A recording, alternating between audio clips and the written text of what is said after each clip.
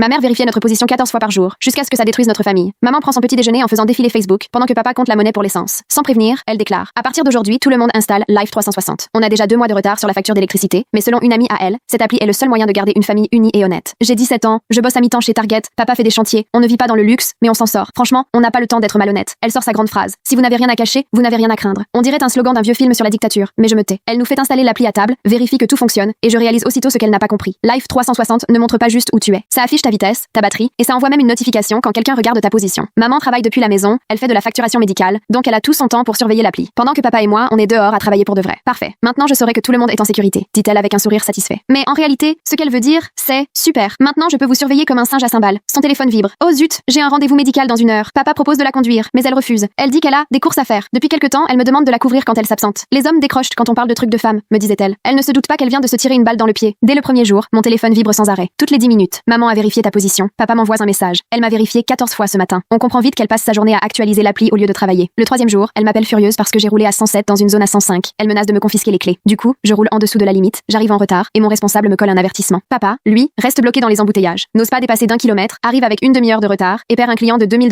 2e semaine, elle voit que je me suis arrêtée 3 minutes chez McDonald's et me fait la morale sur l'argent gaspillé. Ironique, sachant qu'hier elle a passé 4 heures au supermarché pour revenir avec juste du lait. Papa vérifie l'appli et lui demande calmement: 4 heures dans un magasin? Elle me lance un regard noir, comme si j'étais censée la prévenir. Mais comment? Elle suit chacun de mes mouvements. Avant, elle m'envoyait des messages pour que je la couvre. Maintenant, elle ne peut plus. Papa verrait tout. 3e semaine, elle dit qu'elle est à un centre médical jusqu'à 23 heures. Papa s'inquiète. C'est ton 4e rendez-vous cette semaine. Tout va bien? Elle réplique. La santé des femmes, c'est très complet. Sauf que je connais cette clinique. Elle ferme à 18 heures. Le soir, papa me demande: tu trouves ta mère malade? Toi? Je regarde son historique de localisation. Tous ses rendez-vous. On espère tous les deux se tromper. Puis la facture d'électricité arrive. Marqué dernier avis avant coupure. Papa la jette sur le comptoir si fort que la salière tombe. Je t'ai donné $400 pour ça. Elle répond sans broncher. Retard de traitement, c'est rien. Papa et moi, on se regarde, puis on fixe la carte avec tous ses points de localisation. 5e semaine. Papa m'envoie un message. Quelque chose ne va pas. Je quitte le boulot plus tôt. Rejoins-moi au centre médical. On voit sur Live 360 qu'elle y est depuis 11 heures. Il est déjà 18 heures. Je dis à mon manager que je suis malade et je fonce. Papa m'attend sur le parking, téléphone à la main. Ta voiture n'est pas là, je dis. Il pointe de l'autre côté de la rue. Regarde où est-ce le point. Et là, on lit Royal Flush Casino. Le visage de papa devient livide. On entre ensemble. Elle est là, aux machines à sous, un seau de pièces à la main, des gobelets vides partout. Elle parle avec une autre femme. Ma famille croit que je suis chez le médecin. Comme ça, j'ai la journée pour moi. Elle met un billet de $20 dans la machine. Ça vient du salaire de ma fille. Elle s'en apercevra jamais. Je m'avance, le cœur serré. Maintenant je sais. Elle se retourne, blême. Et papa lève son téléphone. Rendez-vous médical? Elle balbutie, mais son ami en rajoute. Dis-leur ton système. Tu vas bien finir par gagner après les pertes du mois dernier. Papa tremble. Le mois dernier? Combien? Elle éclate en sanglots. 8000, peut-être plus. Et tout devient clair. Elle nous surveillait pour s'assurer qu'on ne rentrait pas pendant qu'elle dilapidait notre argent. Moi, je couvrais ses mensonges, croyant qu'elle allait chez le médecin. Elle allait ici, chaque jour, depuis 3 mois. Son travail, laissé à l'abandon, nos factures, impayées. Elle propose qu'on supprime l'appli. Mais papa la regarde droit dans les yeux et dit calmement: d'accord, on la supprimera. Mais tu voulais de la transparence? Eh bien, la voilà.